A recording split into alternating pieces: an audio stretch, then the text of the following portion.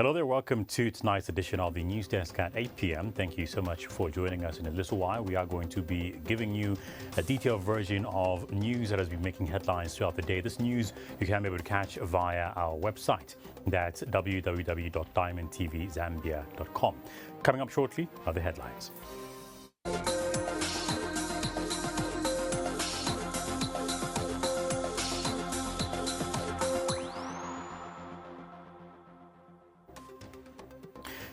Nine killed, several injured in Monze accident. Fuel crisis hits Solwezi. Lawyers withdraw from Lungu eligibility case. I'll be right back with more of the details.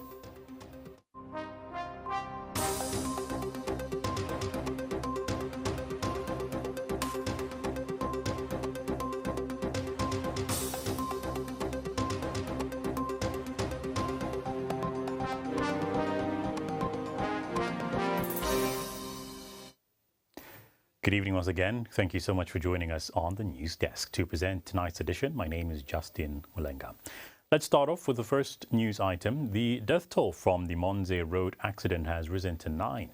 Southern Province Police Commissioner Xencio Daka has confirmed that the latest victim, 20-year-old Wanji Bene of Kambasa village in Chief Chongo's area, died while receiving treatment at Monze Mission Hospital.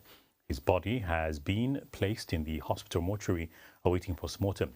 In an interview, a survivor revealed that the accident occurred after a witch doctor expected to perform a healing ceremony for a family allegedly got drunk and lost control of the vehicle. The group was reportedly dancing in anticipation of the healer's arrival when tragedy struck. Wengwa Member of Parliament Mijelo Kasauta, Monze District Commissioner Monze Malambo and other leaders have assured affected families of government support. 9 people have died in a tragic accident that occurred along the gravel road of the Monze Nico Road in Katea village under Chief Chongo Chiefdom, approximately 35 kilometers west of Monze town in Southern Province. According to eyewitnesses, the accident happened as people were gathered waiting for a traditional healer. Reportedly, the driver or the vehicle involved had been called to heal a local family. The vehicle crashed into the crowd at the scene, where dozens of people were dancing and playing music while awaiting his arrival.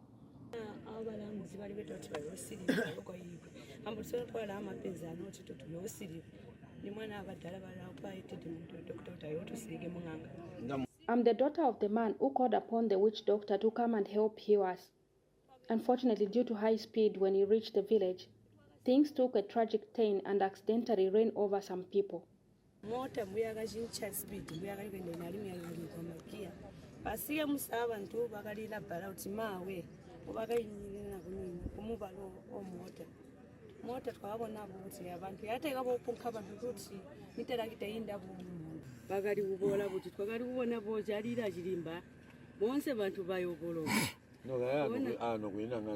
Many of those present had come drawn by the sound of the music that was being played.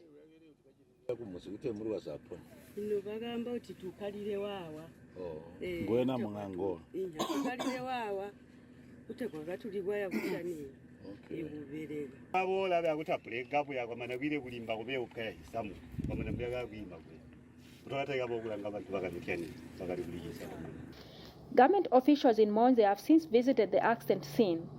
Monze District Commissioner Mwanza Malambo has urged relatives of the deceased to come forward and plan for the funeral preparations.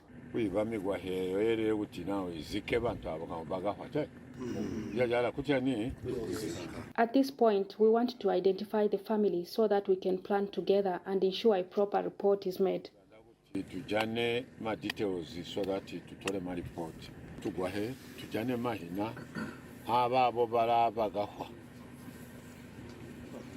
Wengwa Member of Parliament Michelo Kasauta also weighed in on the tragedy.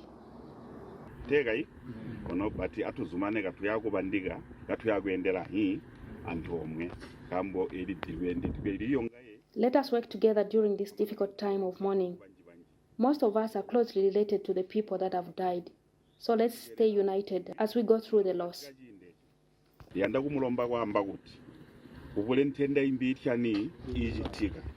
In the aftermath of the accident, an enraged mob set fire on the vehicle, believed to belong to the same witch doctor, completely destroying it. And due to the extent of fire, authorities were unable to assess full scope of the destruction caused by the crash. Helga Chibwe, Diamond News in Southern Province. Well, we'd like to send our heartfelt condolences to the bereaved family, and may God rest the souls of those who lost their lives in this accident. Let's move on and get into another news item. The Ministry of Labour has fined Rhino Carriers Limited 65,000 kwacha for operating without contracts and breaching labour laws. Commissioner Givens Muntengwa says the firm was fined 35,000 kwacha for failing to issue contracts and 30,000 kwacha for operating without company policies. Its administrator was fined an additional 20,000 kwacha for lying to a public officer.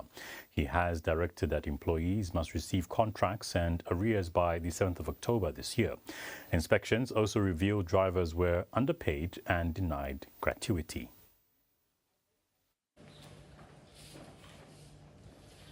Silence filled the room as inspectors from the Ministry of Labour and Social Security visited Rhino Carriers Limited this morning. The inspection follows complaints from workers who reported that the company had for years been operating without issuing formal contracts and that employees were being paid below the minimum wage. When questioned, company management admitted that no employee has a contract and that the workers were earning between 2,500 to 3,500 kwacha. The admission led to Labour Commissioner Givens Muntengwa fining the company 65,000 kwacha, 35,000 for failing to issue contracts and 30,000 for operating without proper policies. The penalties must be paid by September 30th, and by October 7th, 2025, all employees must have signed contracts. Company are not issued with contracts in writing, and that bylaw is not permissible under Section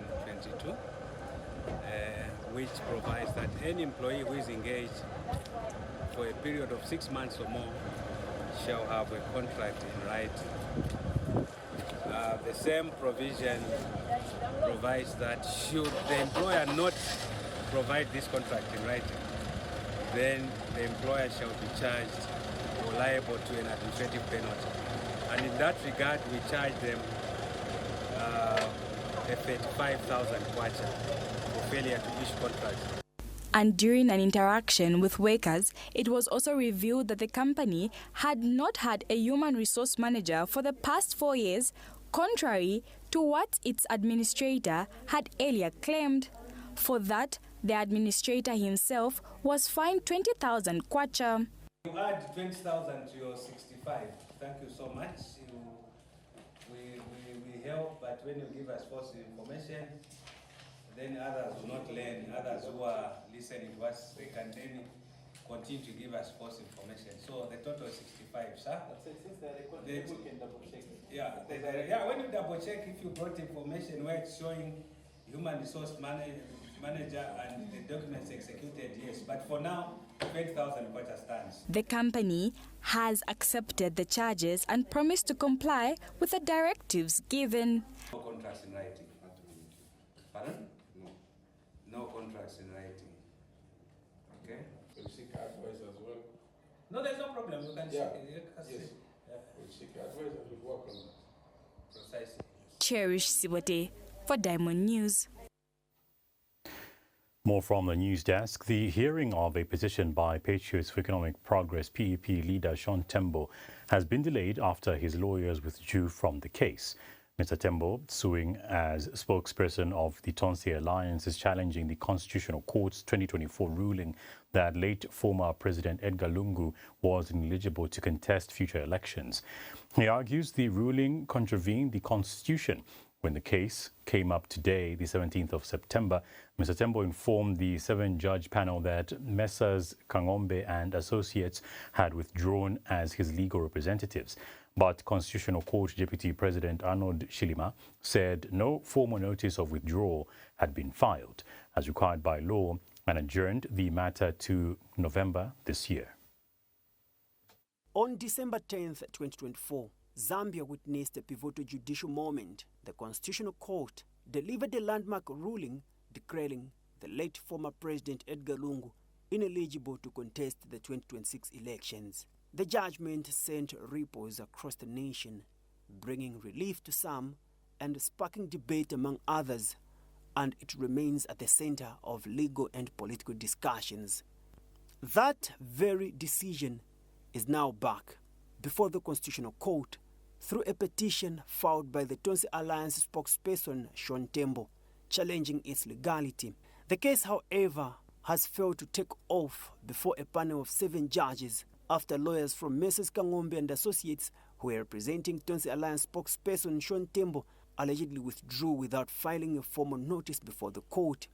In this matter, Mr. Tembo is seeking to overturn the court's December 10, 2024 ruling, arguing that it contravened the Constitution, which only allows eligibility challenges once a candidate has filed nomination papers. He also wants clarification on whether the Constitution's reference to a person elected as president applied to Mr. Lungu, who was the incumbent at the time. When the case came up, Deputy Court President Arnold Sichilima, leading the 6 judges, has ruled that the court cannot proceed without a proper withdrawn notice from Mr. Tembo's former lawyers. And the basis of our challenge was that the court contravened Article 52, Sub-Article 4 of the Constitution, which says that it lays out the procedure of how a nomination can be challenged, and that a nomination can only be challenged 7 days after it has been filed in, and also that you cannot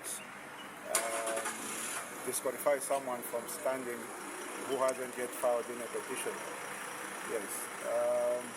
And a number of authorities to that effect, including the case of Honorable Christopher Chakafuswa. This has, in which he wanted the Constitutional Court to pronounce itself on whether he was eligible to stand as mayor of the Saka. That time he was still a councillor.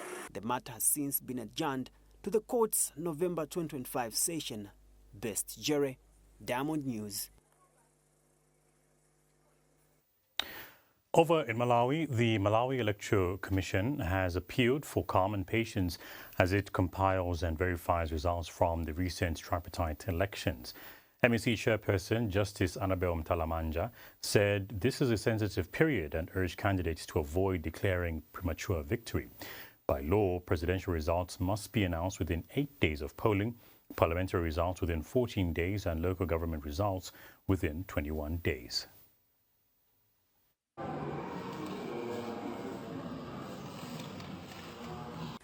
Malawi hold its breath, awaiting the outcome of a highly contested elections. With results still being tallied, MEC is urging political leaders and their supporters to exercise patience and avoid any premature declarations of victory. Over 4 million votes are cast out of the registered 7 million. The ballots are in, but now for a nation on edge comes the hardest part, the wait.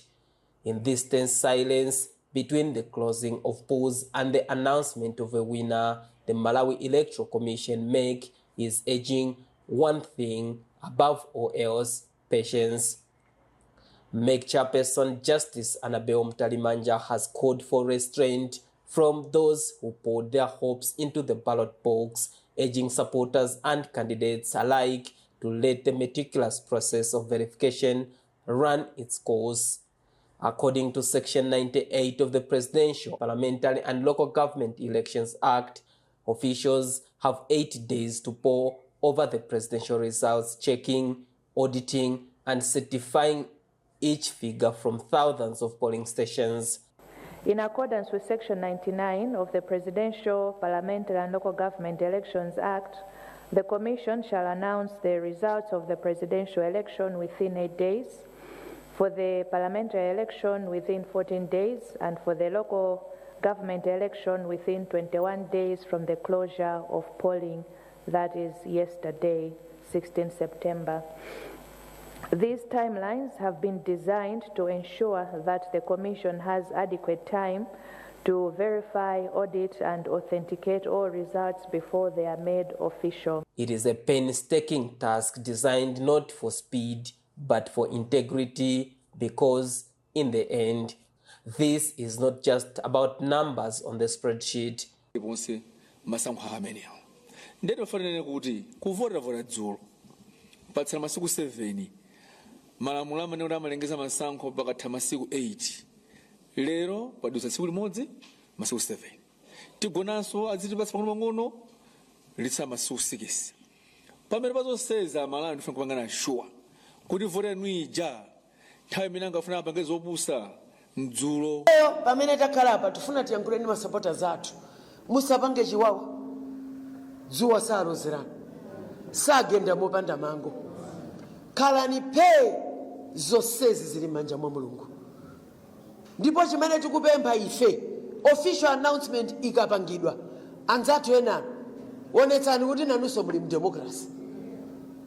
So Malawi waits, hoping that the foundation of its democracy is being strengthened, with every form checked, every result verified.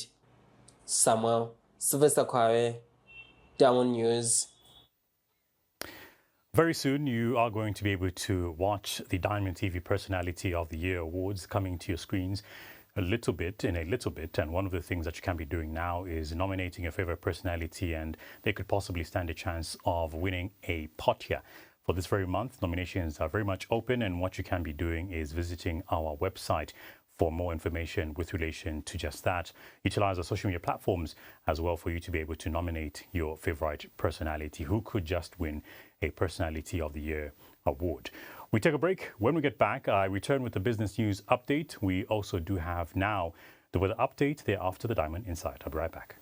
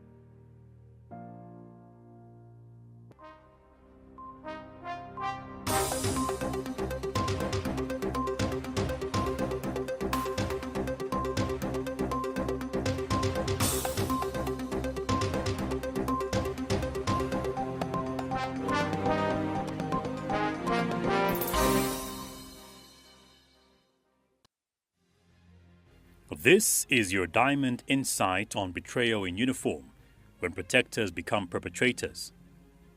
Men and women in uniform are meant to embody discipline, service, and protection. Increasingly, however, they are making headlines for the wrong reasons.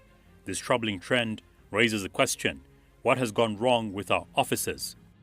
Just this week, a police officer appeared in court over nude pictures allegedly shared in a WhatsApp group for paramilitary officers. In another case, a 35-year-old constable has grabbed public attention for allegedly stealing more than 600,000 kwacha from the very bank branch he was assigned to protect. Constable Emmanuel Tembo is on the run after allegedly stealing from Zanaco Civic Center branch in Lusaka. Armed with his service rifle, Tembo grabbed the cash during closing hours and fled. He is reportedly a frequent gambler and is now on the police most wanted list. For much of this year, attention has also centered on the court case of 2 Lusaka-based officers accused, along with others, of brutally murdering the Director General of the Independent Broadcasting Authority. These are not isolated scandals. They point to deeper problems within the police service. Officers are expected to uphold the highest levels of morality and integrity, yet some are entangled in crime, misconduct, and controversy. Such behavior erodes public trust in an institution designed to safeguard society. When guardians of law and order themselves break the law, citizens are left vulnerable and disillusioned. The Zambia Police Service must confront this reality with urgency. Stronger vetting, continuous ethics training, and robust accountability systems are essential. Discipline should be swift, firm, and transparent to ensure rogue officers do not tarnish the image of the entire service. At the same time, it is important to acknowledge the many officers who serve honorably, risking their lives daily. They too are harmed by the actions of colleagues who betray the uniform. Restoring confidence in the police will require more than words of regret. It will take reforms that put integrity back at the center of service. Without this, the line between protectors and perpetrators will continue to blur, at great cost to society.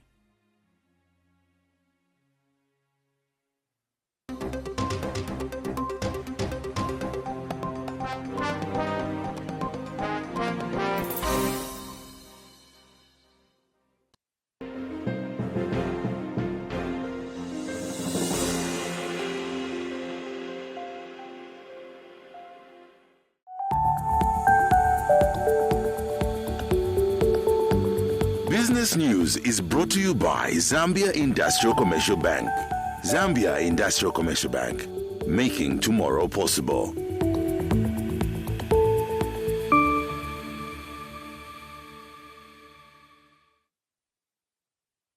Hello there, it is time for the Business News Update. Thank you so much for joining us this evening. And this is what you should be expecting. Government pushes growth of intra-Africa routes, and fuel crisis in Solwezi district sparks concerns among motorists and transport operators. But we do have more coming up this evening from the Business News. We'll be giving you an update on what the kwacha looks like in terms of its performance against the United States dollar. We have the commodity prices for food and non-food items, as well as construction, and some construction news to follow. And we're going to wrap it up with some mining news. All this and so much more coming up shortly. Now, the government has underscored the need for Africa's airports to prioritize the growth of intra-African routes in order to unlock the sector's full potential. Speaking at the African Council of International Airports conference in Lusaka, Ministry of Transport and Logistics Director of Transport Nkumbusiame says Zambia is modernizing bilateral air service agreements with neighboring countries and regional partners to align with the single African air transport market.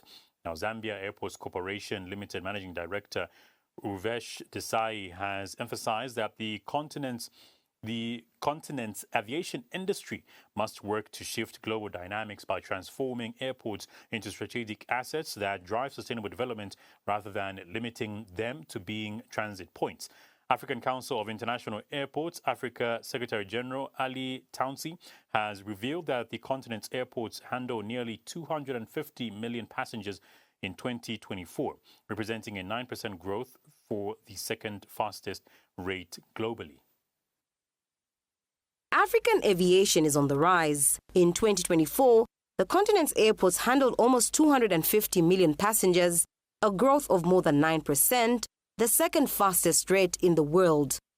Yet Africa still accounts for only 2.6% of global air traffic. It is against this background that delegates have gathered in Lusaka for the African Council of International Airports conference held under the theme Powering African Airports for Strategic Growth.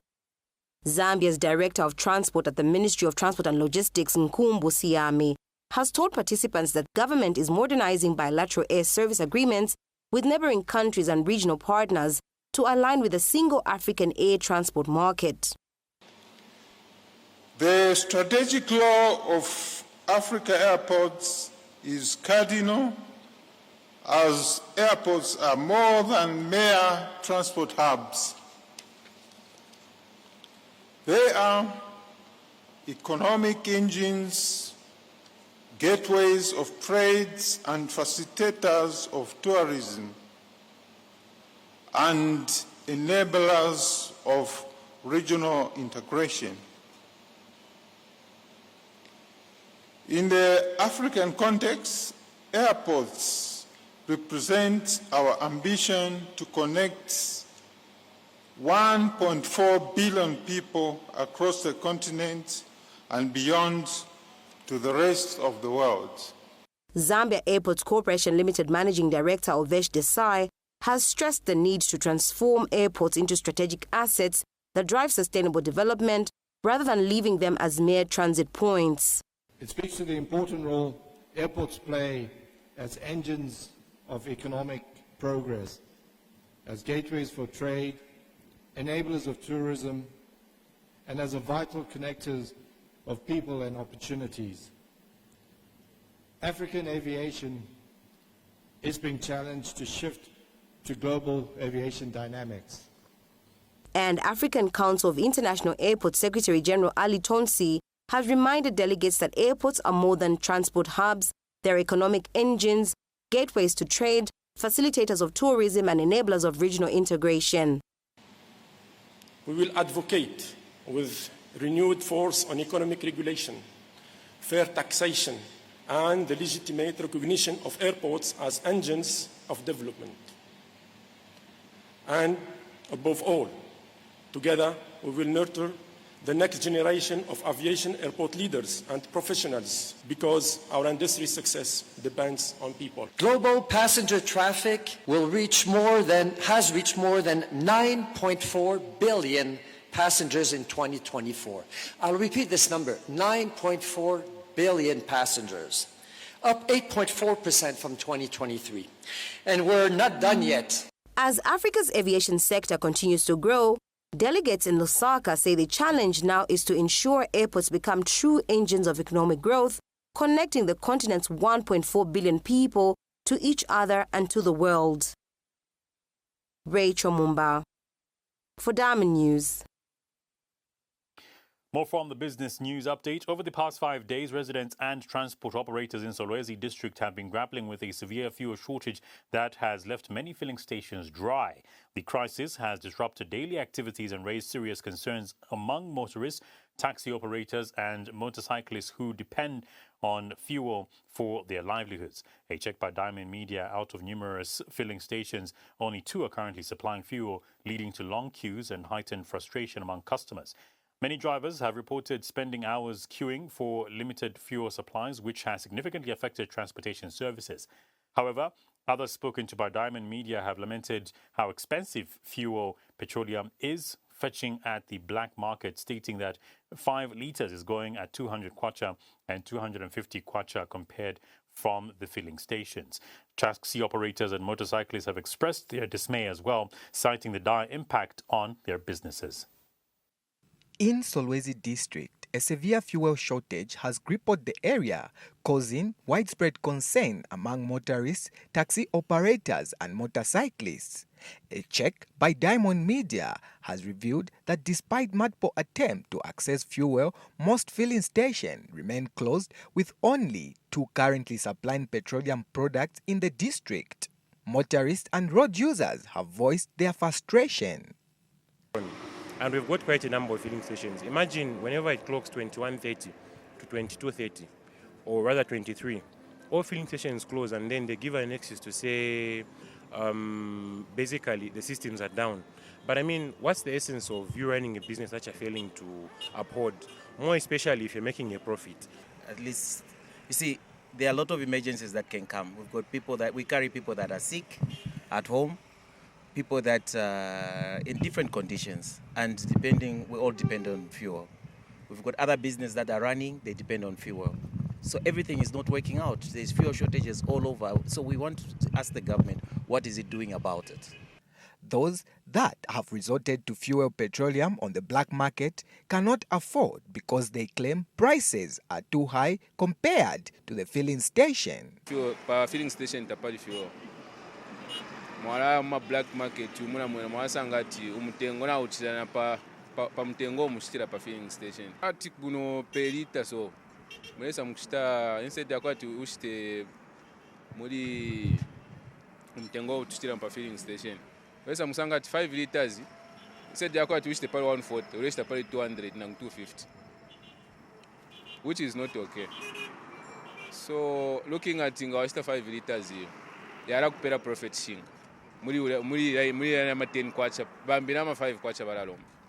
Motorcyclists and taxi operators who rely heavily on fuel to earn a living have also expressed their distress. Challenge is that people always complain about, let's say, the price, because us, we can't change the price. The price, we always follow the government until the government directs us into the direct point of saying that you can change the price.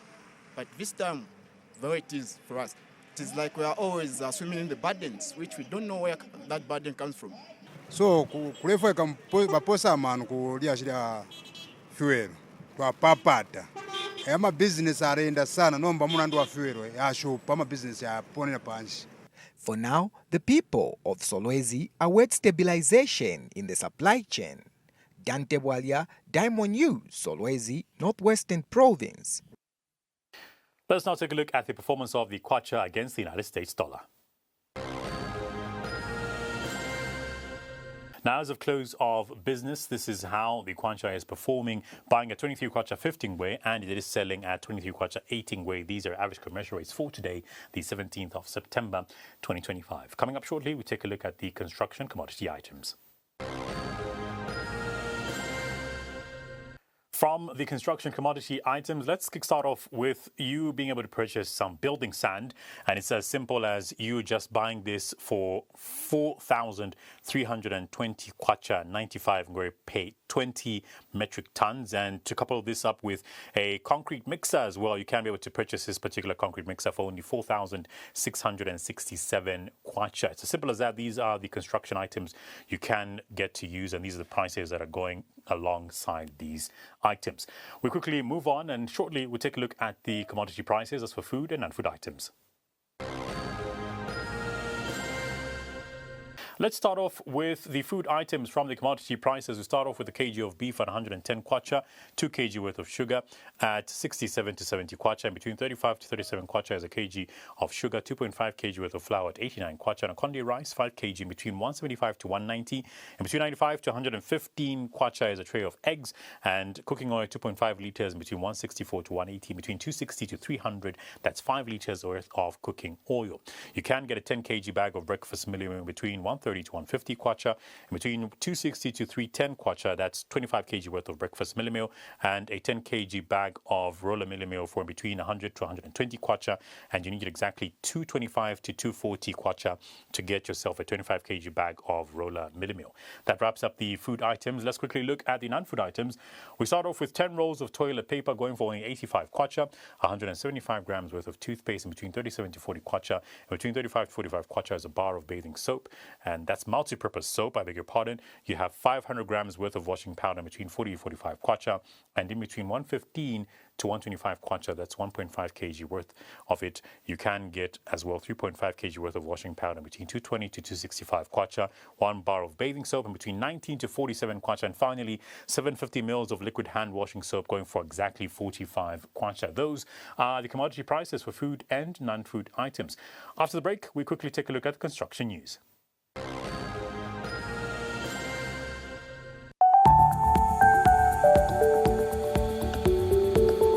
Business News was brought to you by Zambia Industrial Commercial Bank. Zambia Industrial Commercial Bank, making tomorrow possible.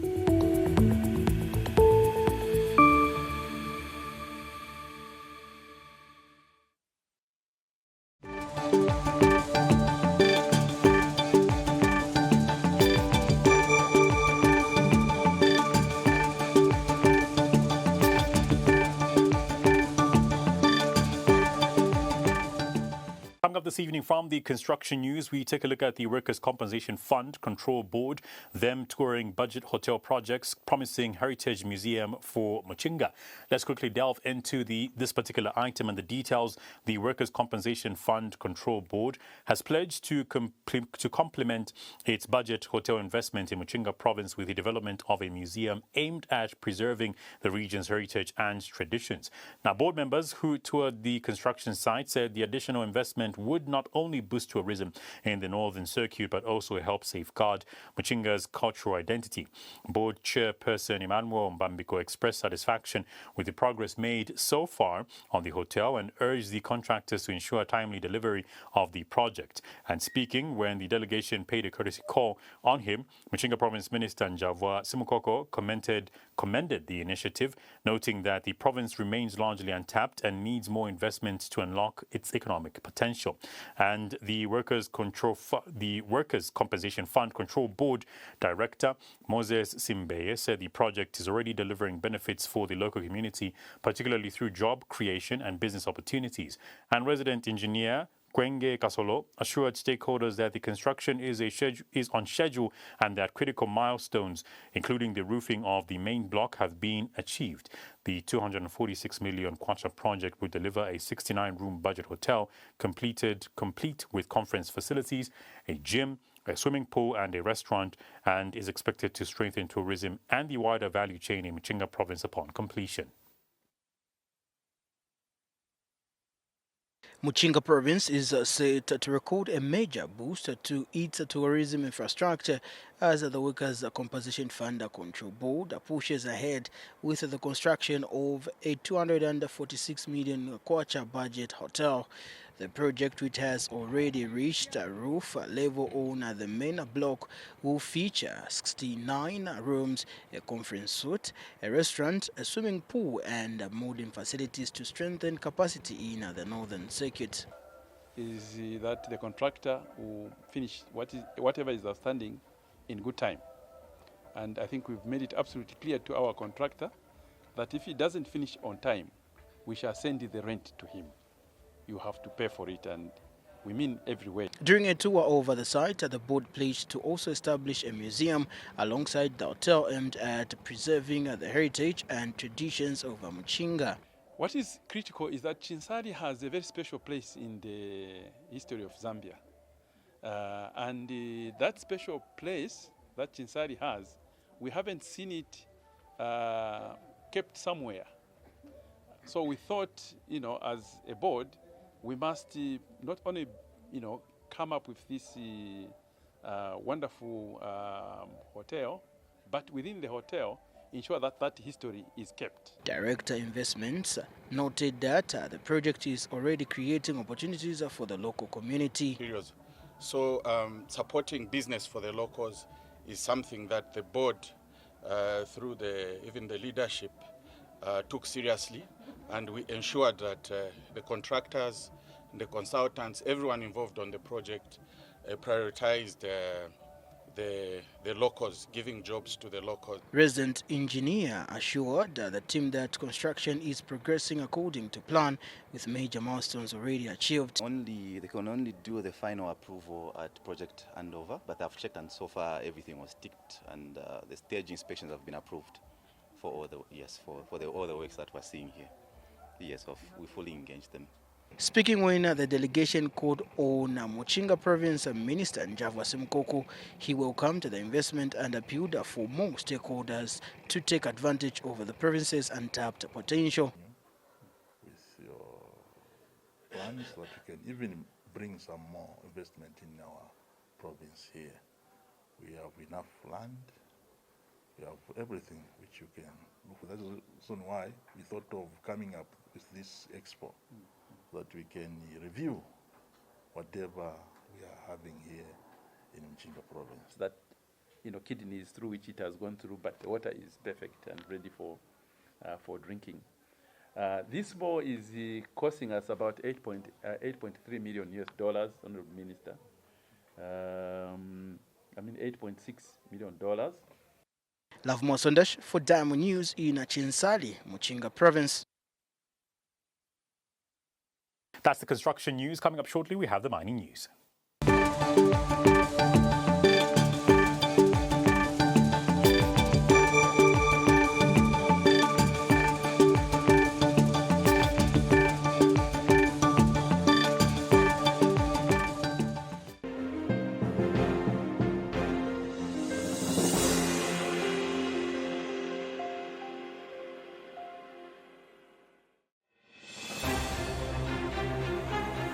Mining News, sponsored by First Quanta Minerals Limited, operating Kansanshi Mining PLC, and FQM Trident Limited.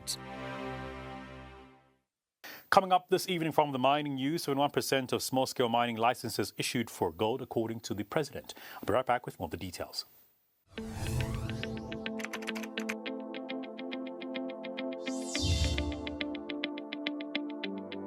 I get my satisfaction from making sure we achieve high production, we have high availability on the plant. So I look after the whole site, starting from crushers all the way up to the concentrate shed where we store our concentrate. So my satisfaction comes from the fact that when the entire plant is working and we have high availability and producing high tonnages as required. Actually, to be very honest, it wasn't my passion to work in the mining industry. I remember when I went to study a bachelor's degree in electronics and telecoms, I acquired that from the University of Zambia, and if you see, it has really got nothing to do with the mining industry. So my passion was always to work for ZESCO, and later on, as I was job hunting, I came across a profile of First Quantum, and I was really interested in what First Quantum is all about, and I decided to apply for a job, and that's when I joined First Quantum in 2012.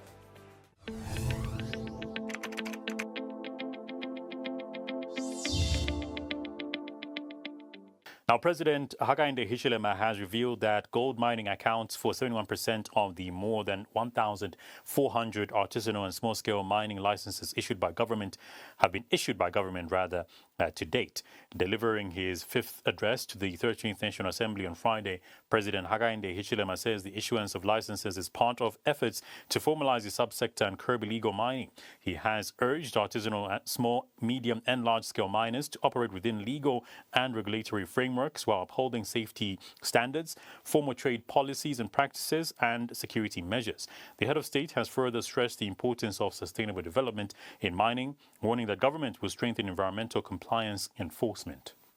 To curb illegal mining, our government is formalizing artisanal and small-scale mining.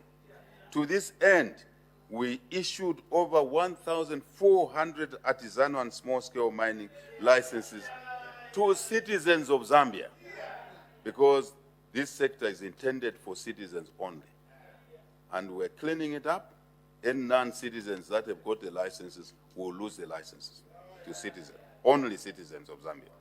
The highest number of licenses issued, Madam Speaker, are in the gold mining sector, and accounting for 71% of all these 1,400 licenses. 71% are in the gold area. And that is why we need to pay attention to what is going on in Kikonge, in Mufumbwe, in Kasempa, in Shuangandu, in Mpika, in Lusangazi, in Chamuka here, in Rufunsa. Let's get to wrap it up with the mineral commodity prices. Mining news, sponsored by First Quantum Minerals Limited, operating Kansanshi Mining PLC, and FQM Trident Limited. Now, from the mineral commodity prices, we have 4 minerals closing off in a positive pricing and 2 in a negative. We start off with aluminium, which closed off with a positive price of $2,717 US, and copper did close off with a negative price of $10,126.50 US. You have zinc closing off in a positive with a closing price of $2,992 US. Nickel closed off with a negative closing price of $15,428 US, and lead closed off with a positive closing price of $2,010 US. And we did see tin closing off as well with a positive closing price of $34,881 US. That's the mining news. We take a break. We have more coming up. Mining news, sponsored by First Quantum Minerals Limited, operating Kansanshi Mining PLC, and FQM Trident Limited.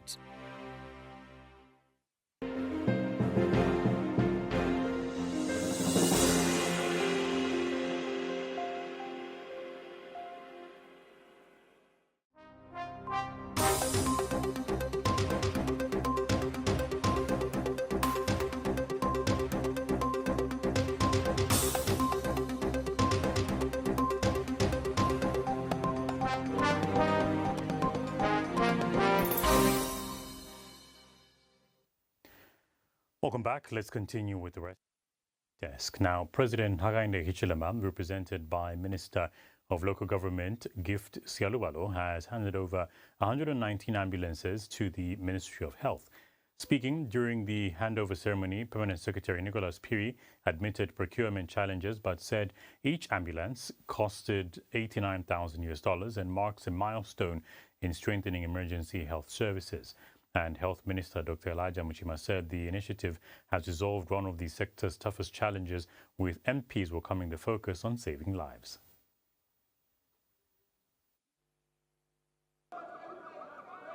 The long-awaited ambulances are finally here. After months of delays, 119 brand-new vehicles have officially been handed over to the Ministry of Health in a move held a breakthrough for emergency medical response. Ministry of Local Government and Rural Development Permanent Secretary for Technical Services Nicholas Piri has acknowledged that while challenges were faced during the process, the contractors remained resolute. Because today we are witnessing the handover of 119 ambulances bought under the Constituency Development Fund. Yes, there were challenges in the delivery process, but through your encouragement and support, Your Excellency, we remained resolute and committed, eyes on the ball, and here we are today. Thank you for your leadership. Thank you for guiding this process. Thank you for giving us an opportunity to demonstrate that it is possible to deliver to the public at a price competitive than ever in the history of this country, having bought these ambulances at only $89,500 per piece. Representing President Hakainde Hichilema, Minister of Local Government and Rural Development Gift Sialubalo says the handover is a clear demonstration of government's commitment to saving lives, noting that this initiative reflects the President's prioritization of health. The ambulances which are being handed over today are a lifeline for many and are therefore equipped with state-of-the-art equipment to help medical personnel to perform primary medical procedures to the patients as they are being transported. This is an important investment in the health of our people. Minister of Health Dr. Elijah Muchinga, as the recipient, describes the development as historic. Mr. President, Hakainde Hichilema, among the ministries, you have put priority on the Ministry of Health because life is important. Life of a poor person in the village will be saved. Mr. President, we wish to appreciate you and also to congratulate our colleagues, members of Parliament, that this is a gift you should take to your constituencies as your last gift before you go to elections next year. From contractors to members of Parliament, appreciation for leadership that has delivered and optimistic that these vehicles will transform healthcare delivery across the nation. We are happy to have provided the ambulances at the most competitive price and high-quality specifications as requested by the government. The opportunity to participate in this assignment has given us enhanced insight and capacity that will allow us to grow and ensure timely delivery for future undertakings. This is not just a handover of vehicles, it is a handover of hope, of life-saving capacity and renewed commitment to the health and well-being of our citizens. As the country moves closer to next year's elections, leaders have urged that this be remembered not merely as a political gesture, but as a lasting investment in the health and dignity of every Zambian.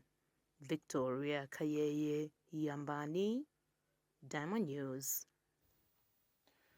That is all we had for you this evening on the News Desk at 8 p.m. We would like to appreciate you being able to interact with us. For these and more news items, visit our website as well as our social media platforms, and thank you for tuning in.